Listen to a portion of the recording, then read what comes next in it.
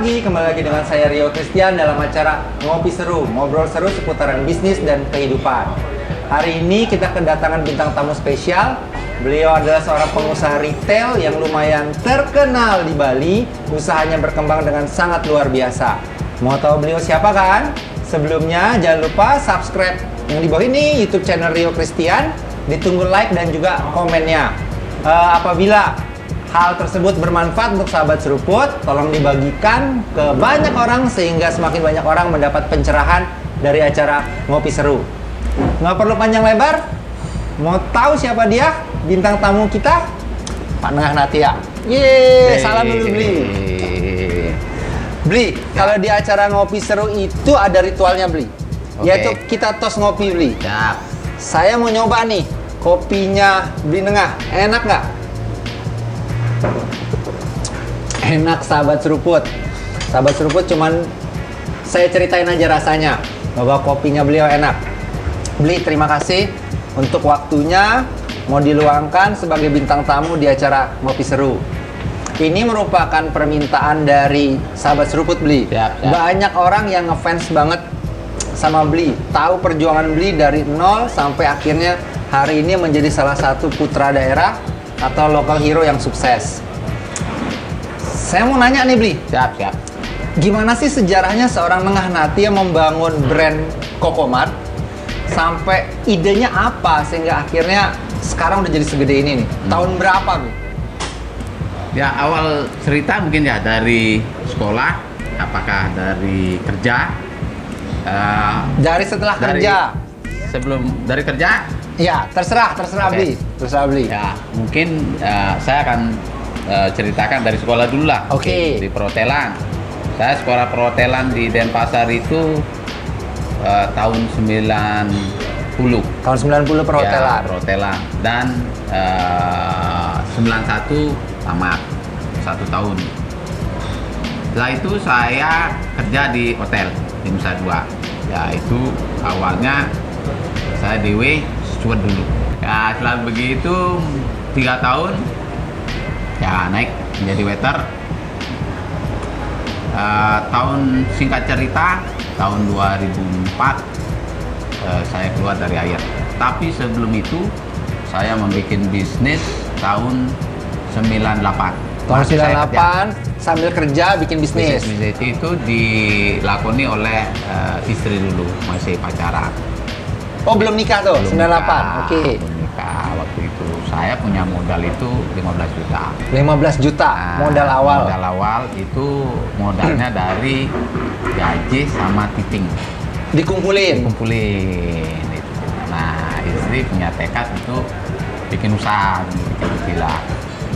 Dalam perjalanan saya lihat bisnis itu bagus, ya berkembang dan saya kembangin.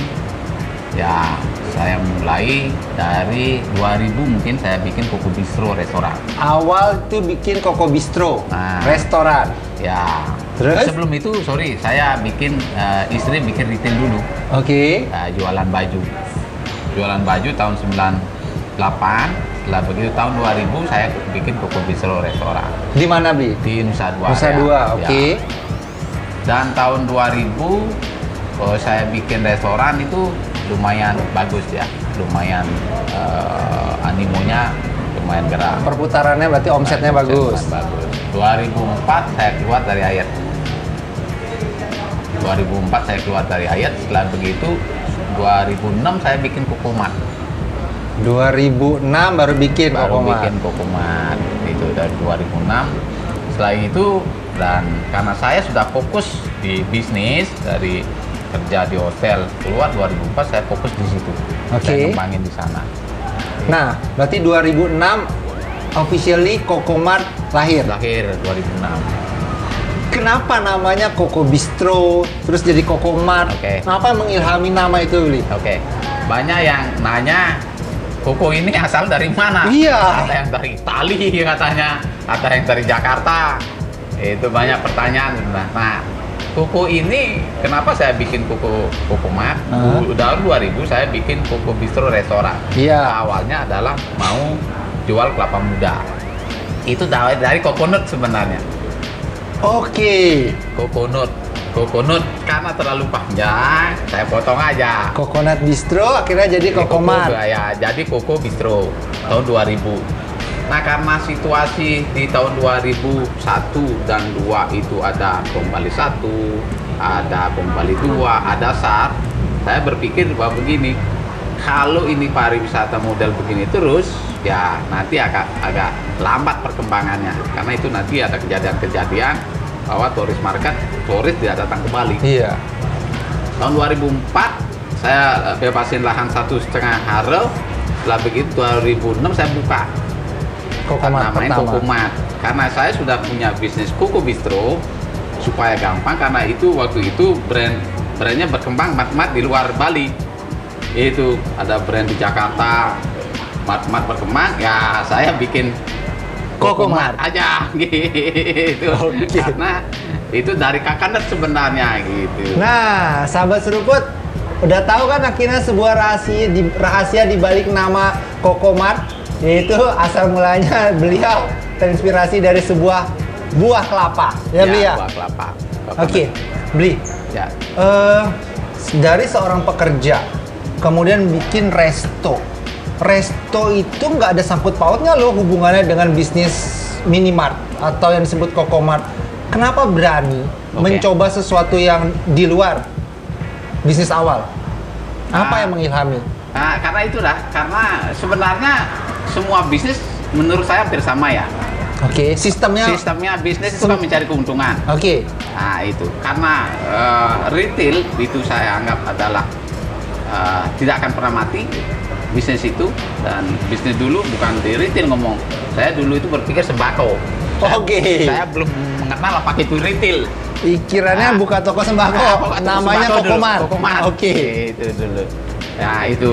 Nah, kenapa saya bikin Kokomart? Karena kalau sepanjang masih ada karyawan dan SDM atau masyarakat, itu berarti sembako akan pernah jalan, karena itu tidak akan pernah mati. Itu kan kebutuhan pokok. Ya, Nah, betul. di situ menginspirasi saya untuk membuat Kokomart. sembako. Namanya Kokomart. Pegawai berapa di saat awal, Bli? Pegawai sekarang. Waktu itu kan masih dikit, paling berapa ya? Paling 20 orang. 20 orang. Ya, 20 orang waktu Kokomart. Iya. Ya itu Kokomartnya aja waktu itu masih 20 orang. Sekarang udah berapa outlet? Sekarang berapa ya? Sekitar 128 ya. 128 outlet. Koko Group semua. Koko Group Apa semua. Kokomartnya aja? Koko Group. Dengan pegawai? Hampir plus ini sekitar 2.500. Ya. Ya, sahabat seruput, luar biasa seorang Natia bersama istri mengembangkan dari Koko Bistro menjadi Kokomart, dari pegawai 20 orang sekarang jadi 2.500 orang dengan kurang lebih 128 outlet. Bli, sekarang lebih terkenal ngomongnya adalah Koko Group. Oke. Itu sekarang Koko Group itu irisan di dalamnya itu ada apa aja sebenarnya? Petanya. Kalau Koko Mart, ya banyak orang kan mengenal Kokomart ini ya. Iya. Irisannya kan ada di Koko Retail ini kita coba bagi segmen marketnya. Segmen pasarnya ada Koko Supermarket, Koko Supermarket, ada Koko Mart, ada Koko Express, ada Koko Gourmet, ada Koko Digital lagi sekarang. Koko Digital. Ada Koko Online. Nah, ya. Koko Pay. Nah, itu irisannya di situ. Iya. Ya, kolaborasinya di situ dia gitu. Nah, luar biasa. Apa sih? Saya terinspirasi bagaimana seorang Natil kok bisa akhirnya membuat ide dari Kokomart berkembang menjadi macem-macem tadi. Dapat inspirasinya dari mana, Bli? Atau Bli tetap juga harus belajar atau dari mana, Bli? Mungkin ada sejenis panggilan ya, karena itu kan perkembangan market. Kalau menurut saya sama dengan adanya Kokomart, Mart berkembang sekarang. Dulunya sembako. Nah, menurut saya sebagai pengusaha, itu wajib untuk mengikuti perkembangan market, karena kita kan pebisnis. Kalau kita tidak mengikuti perkembangan market, kita akan kehilangan market. Iya, Nah, market betul. itu berkembang karena ya tren market sekarang itu berubah. Ya ada mart dan sekarang ya online berkembang. Ada fintech juga berkembang. Nah, suka tidak suka saya sebagai seorang pebisnis juga harus mengikuti itu. Oke. Itu. Walaupun belum bisa, tetapi kan kalau ada kemauan, ya pasti ada jalan. Artinya adaptasi, dengan Adaptasi situasi yang ada, situasi dengan yang market yang Ah, ada. ya, itu. 2006 berdiri, sekarang udah 2020. Perjalanan seorang Nghanati 14 tahun membangun dan membawa bendera Koko Group. Dari outlet pertama ke outlet kedua berapa tahun? Saya sekarang itu Waktu membuat itu? outlet itu hampir 1 bulan itu buka 1 outlet. Sekarang? Ya, Waktu itu dari pertama mau ke kedua langsung udah dapet mungkin caranya? sekitar 2-3 bulanan mungkin ya. 3 bulanan. Buka satu itu ekspansinya. Kok bisa? Momen terberatnya apa pada saat membangun udah 14 tahun ini? Biar sahabat seruput juga belajar. Momen terberatnya apa pada saat memulai kemudian mau ekspansi? Oke. Sebenarnya kalau saya lihat, ya saya pelajari ya dari perjalanan saya itu, mungkin yang terberat itu menyatukan SDM, membentuk SDM. Oke. Ya, anggap aja kalau semua orang bisa membangun bisnis lah. Oh, saya mau bikin ini, saya mau bikin online, saya mau bikin fintech, saya mau bikin retail. Semua orang bisa. Tinggal panggil arsitek dan lain sebagainya bisa. Cuman di dalam itu kan ada komponen-komponen harus dibagusin di situ. Iya. Komponen itu adalah SDM. Pengumpulan SDM itu ya itu disebut dengan manajemen. Ya, manajemen ini ya pengumpulan ini yang harus satu arah, satu visi ke depan. Nah, untuk menyatukan ini yang perlu berat, ya, perlu energi dan perlu strategi, perlu leadership di situ, perlu visi ke depan. Nah, kita harus edukasi mereka untuk menyatukan itu. Itu tidak mudah. Itu yang menurut saya agak di situ letak masalahnya yang paling berat di situ. Nah, itu yang perlu kita duduk sama-sama untuk menyatukan visi. Ini loh visinya ke depan ini loh. Nah, itu diedukasi terus ya. Gitu. Artinya bukan modal. Bukan modal nomor kesekian modal itu. Menurut dengan saya, Nghanati modal nomor modal kesekian. nomor kesekian. Tapi adalah mengkoleksi orang-orang SDM yang tepat. Orang koleksi orang tepat dan menyatukan visi dengan mereka, mengkolaborasikan dengan mereka. Tapi kalau ini sudah kebentuk, modal kan banyak datang. Ya, Pak Rio juga punya bank ya. Kalau memang bagus ya, itu kan begitu. Ya, sahabat seruput, terutama generasi milenial, nggak usah takut bikin sebuah usaha. Maju aja terus, modal itu nomor kesekian. Asal apa? Usaha yang Anda bangun udah memiliki prospek, SDM yang ada di dalamnya adalah orang-orang yang unggul dan punya visi bagaimana mengembangkan usaha. Benar ya, Blia? Benar. Oke. Posisi persaingan di industri retail itu nggak gampang, Bli. Ya, Kalau saya bilang istilahnya itu red ocean. ya, Yaitu semua orang udah banyak main di sana. ya. Apa sih positioningnya Kokomart sampai akhirnya bisa berkembang hari ini dibandingkan mart-mart yang lain atau perusahaan multinasional yang lain yang saya nggak sebut mereknya? Apa Oke. positioningnya? Positioning kita itu selalu pada tempat ya menurut saya di Oke. bisnis ya. Tempat. Kalau ngomong offline, tempat. Iya. Itu Lokasi. Itu yang terpenting ya. Plus juga semua bisnis itu pasti ada persaingan. Iya. Ya, baik bersaing di lokal, baik bersaing di internasional. Tapi kalau kita sudah mempunyai position bagus, ya kita ngomong tempat, SDM, produk. Yes. Kan itu Iya. itu kuncinya. Itu di situ. kuncinya. Itu kunci. Kalau kuncinya itu ya kita sudah pegang, kita ngapain takut bersaing? Itu. Tidak usah takut bersaing. Karena kita sudah merasa bahwa kuncinya sudah dapat. Ya, berarti kuncinya di bisnis retail tempat, produk, dan SDM. SDM. Itu nggak bisa terpisahkan ya. Itu sudah Satu kesatuan. Satu kesatuan. Oke. Harga Harga defense tergantung tempat. tergantung tempat. Nah, sama dengan di airport, tempatnya mahal, Harga mengikuti. harga mengikuti. Oh. Kalau di kampung, harganya akan mengikuti kampung. Kalau di kota, akan mengikuti kota. Ini tempatnya di mana? Ini ya. Sampai hari tergantung ini tempat. Kokomart ada 100 lebih, 128. Itu di Bali aja apa di luar Bali? Ada di luar Bali juga, di Lombok sama di Gili Trawangan. Di Lombok dan Gili Trawangan. Iya. Omset berapa, Bi?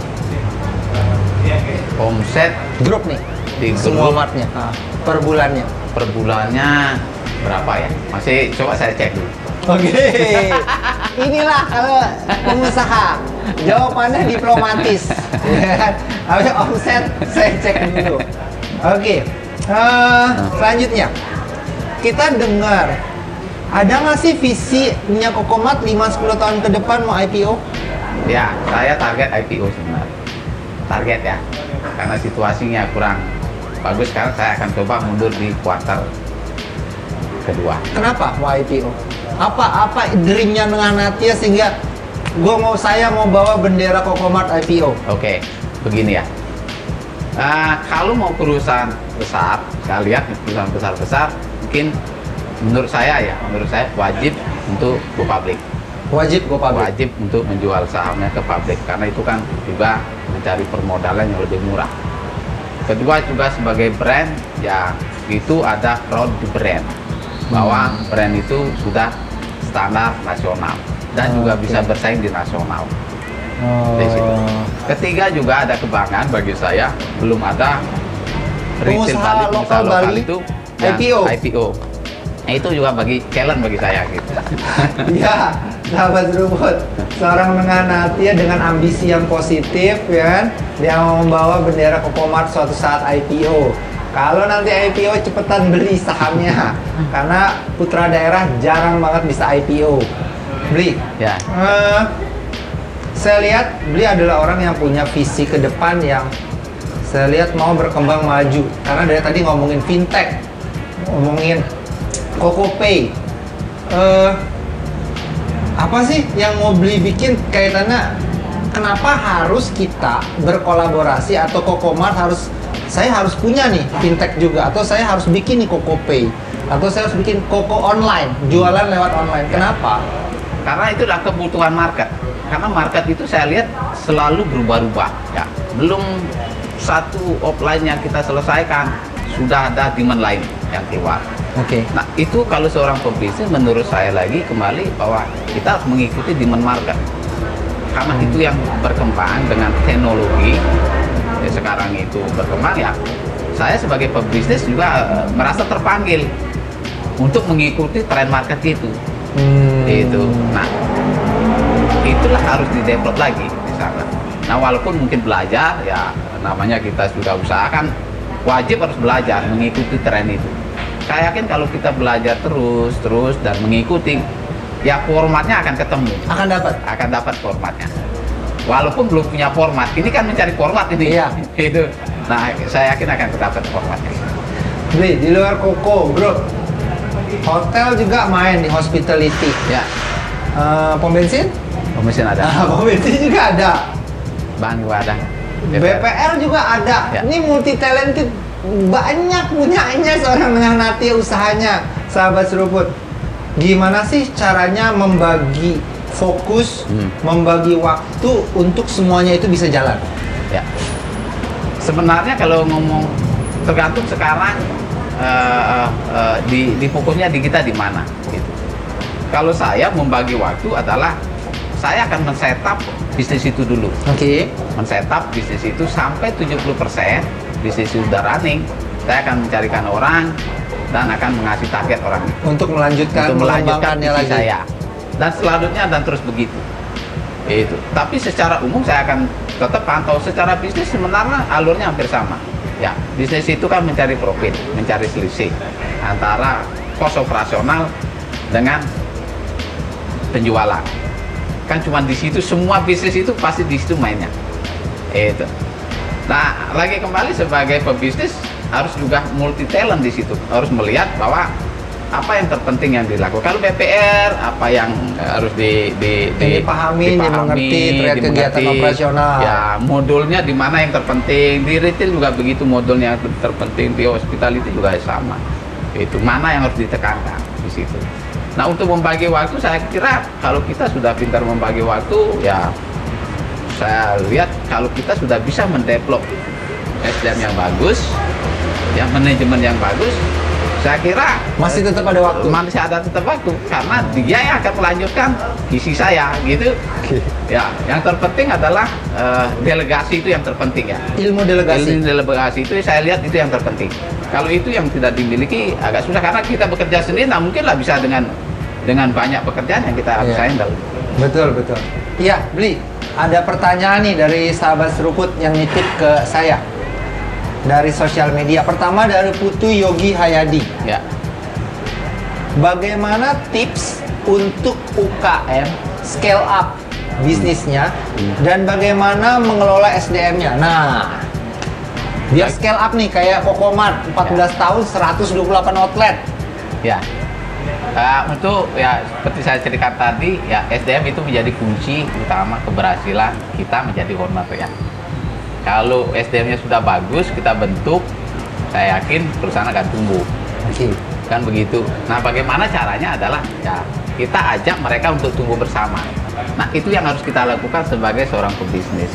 Ya, ajak mereka untuk bisa mendevelop apa visinya ke depan. Gitu. Oke, pertanyaan kedua dari Raymonson Antonio. Bagus namanya. Bagaimana strategi atau cara Bapak untuk menang menghadapi gempuran retail chain dari perusahaan multinasional? Gimana? Nah, lagi kembali kalau kita sudah mempunyai visi ke depan, SDM yang bagus, tempat yang bagus, ya produk yang bagus, saya kira persaingan itu selalu kita bisa atasi. Pasti bisa. Pasti bisa. Karena Apalagi kita sudah Kokomart confident. tuan rumahnya di sini. Apalagi di Bali. kita di kandang sendiri. Oke. Oke. Nah, pertanyaan ketiga. Nah, pertanyaan ketiga ini saya gabung. Pertanyaannya Subianto Eka Kresnawan sama pertanyaan sama Dikert karena mirip-mirip 11-12 brother. Pertanyaannya gini. Apa yang melatar belakangi dengan situasi saat itu seorang Nengah Natya memutuskan masuk dunia retail? Ya. Oke. Itu dulu. Apa Beli? Kalau masuk retail ya seperti saya ceritakan tadi bahwa di pariwisata itu kalau saya bermain di restoran sama di tourist market itu resikonya ya agak beresiko. Makanya saya memutusin untuk membuat sembako itu. Nah, sembako itulah tak namain Kokomart. Awalnya dari Kakanet. Oke. Gitu. Ya, kejawab ya para penanya untuk setiap pertanyaan yang udah dititipin ke saya. Kembali sekarang Bri, saya masuk ke pribadinya seorang Nengah Natya. Ini menarik nih. 3 tahun berturut-turut ngapain Kokomart udah gede, brandnya udah besar, orang udah ngeh, top of mind orang ngerti ngelihat lambang C itu Kokomart atau Koko Group. Ngapain mau jadi sponsornya sebuah klub sepak bola? Bali United di Bali, mau tahu nih? Nah, dulu waktu awalnya Bali United itu join dengan saya, join venture dengan join pameran, join promo. Oke. Ya, dia yang pasang banner di tempat kita untuk bisa juga sama-sama join di situ. Tujuannya adalah kolaborasi sebenarnya, kolaborasi untuk sama-sama branding di situ, untuk mengenalkan produk. Nah, saya dibantu juga dari segi brand awareness-nya dari Bali United juga sama, kita bantu juga terhadap promosinya. Ini joint venture sebenarnya. Awalnya. Dan sekarang pun begitu. Oh, sekarang juga. Oke. Terus Joint venture. Mbak tetap sponsor kan? Tetap sponsor. Keluar uang kan untuk jadi sponsor kan di sana? Ini apa itu namanya join tukeran promo. Simbiosis mutualisme ya? Simbiosis mutualisme. Berarti jualin juga dong tiketnya Bali Tiketnya United? saya jualin, promonya saya jualin, bajunya di tempat saya. Oh, jual juga? Jual juga gitu. Oke, sahabat seruput. Jadi dengar ya, Kokomart itu kuat banget untuk solidaritas kedaerahannya. Klub sepak bola Bali United aja beliau mau untuk jadi sponsor dengan sistem kolaborasi. Nah, kalau kita ngomong kolaborasi, penting. Saya ngeliatnya gini, Beli Nengah Natya. Beli ini orang yang terbuka ya untuk pihak-pihak lain, mau untuk bisa kolaborasi, bisa bikin sesuatu. Kita di Kokopay, Ya. bikin fintech. Ya. Sifatnya seorang Beli Nengah Nate ini ekstrovert berarti, terbuka. Seorang pembisnis menurut saya ya terbuka lah. Kita welcome terhadap orang-orang karena kita jualan. Ya kita tidak bisa berdiri sendiri. Ya kita harus welcome terhadap market, terhadap teman. Kalau sama-sama menguntungkan, kenapa tidak? Orang saya juga untung, dia juga untung. Ya, kita kolaborasi. Bisnis sekarang itu saya lihat ya trennya kolaborasi. Saya juga sebenarnya bikin Kukumat ini kolaborasi sebenarnya. Dari Oke. perbankan, dari Ya. supplier. Itu kan kolaborasi sebenarnya, tanpa Iya. disadari. Oke. Itu. Nah, saya kan tidak punya produk, saya tidak punya. Saya cuma punya ide dan juga tekad dan leadership untuk membangun sistem. Tapi kan sistem itu kan dimiliki oleh beberapa supplier sebenarnya Betul. untuk mengkolaborasi untuk menjadi satu Akhirnya Beli Nengah Nate yang menyatukan dalam ekosistem tersebut. ekosistem itu. Nah, kita ngomong sekarang lebih dalam tentang keluarga, Bli. Peran seorang istri untuk seorang Nengah Nate gimana? Dalam mengembangkan usaha 16 tahun. Oke. Nah, kalau istri itu kalau saya adalah sebagai development ide.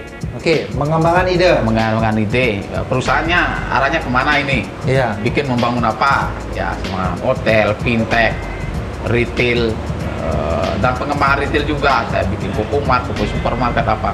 Dan istri itu adalah merapikan di belakang. Oke. Itu saya mendevelop apa yang diinginkan, nanti istri yang merapikan. Keuangan ya istri yang merapikan. Istri juga rapi. Enak Cuma kan banget. ya semua sudah ada sistem di situ, Iya. manajemen. Artinya pengawasan, pengontrolan istri bantu. Ya, bantu. Anak udah berapa, Bli? Anak 3. 3. Yang paling gede? Masih kuliah atau udah Masih lulus? SMA kelas 3. Oh, masih SMA kelas 3. Ya. Ke depan, generasi kedua Nengah Nate itu anak akan ikut bantu di sini atau dia menemukan jalan hidupnya sendiri? Sebenarnya Keinginan keinginan pribadi. saya, Iya, saya. keinginan pribadi. Keinginan saya sih sebenarnya melanjutin ya. Kenapa harus Lanjutin. dikasih bikin lagi? Mengembangkan usaha yang kita sudah bangun itu.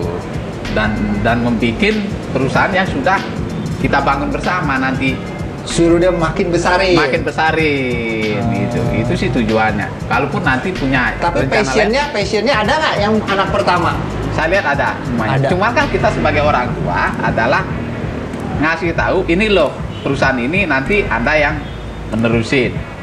Nah, itu nanti Bapak sudah tua nanti siapa yang membangun? Ya suka tidak suka generasi Mereka. kita yang harus didik dia untuk melanjutin bahwa kita punya visi ke depan. Beli bisnis retail itu tipis marginnya. Ya. Bener ya? Bisnis retail itu tipis. Sekali kita salah menentukan strategi, untung yang sudah sekian lama receh menjadi banyak ini bisa kegulung. Bener apa enggak? Sebenarnya semua bisnis itu semua ada risikonya ya. Pasti. Retail ini memang agak sedikit karena kan kecil-kecil dia. Iya, kecil-kecil receh jadi banyak. Ya. Kita bermain volume sifatnya Iya. kalau retail itu. Ya, kita harus mainnya volume lebih banyak. Nah, saya lihat sih semua bisnis sama sebenarnya, tidak Sama. ada yang membedakan ya. Cuman memang retail ini perlu konsentrasi dia. Karena kan kehilangannya lebih banyak dia karena kita jual makanan. Nah, kalau kita tidak konsentrasi di retail, itu banyak losing di situ istilahnya. Banyak loss-nya. Ya, banyak loss-nya. Oke, Bli. Ya. Terakhir, tips untuk generasi milenial khususnya Bali. Ya. Karena penting nih untuk menginspirasi generasi muda Bali, ayo berbuat sesuatu yang lebih baik kalau ingin Bali menjadi lebih maju ke depan. 3 hal versi Nengah Nate untuk generasi milenial Bali kalau mau sukses di bidang usaha retail. Usaha apapun deh. Ya, usaha apapun. Nah, kalau menurut saya rubah cara pikir, Pertama, pola pikir. pola pikir. Kedua, rubah cara kerja. Pola pikir dirubah, cara kerja dirubah. Ya, dan berpikir positif. 3, berpikir positif. Pola pikirnya dirubah, cara kerjanya dirubah, pikirannya harus positif. Oke. Ya, sahabat seruput, demikianlah wawancara kita hari ini, acara ngopi seru bersama Bli Nengah Natya. Bli, saya doakan semoga kedepannya IPO-nya jadi. Siap. Fintech-nya jalannya makin maju. Oke, maju, siap. Koko Group semakin berkibar untuk kebanggaan Bali. Siap. Kita terus ngopi dong, Bli. Yes. Nah, saya ceritain aja ya sahabat seruput ya. Kopinya enak nih. Ya, sahabat seruput, demikianlah wawancara hari ini. Episode ngopi seru bersama Nengah Natya. Semoga bermanfaat, semoga sahabat seruput mendapat pencerahan, mendapat inspirasi.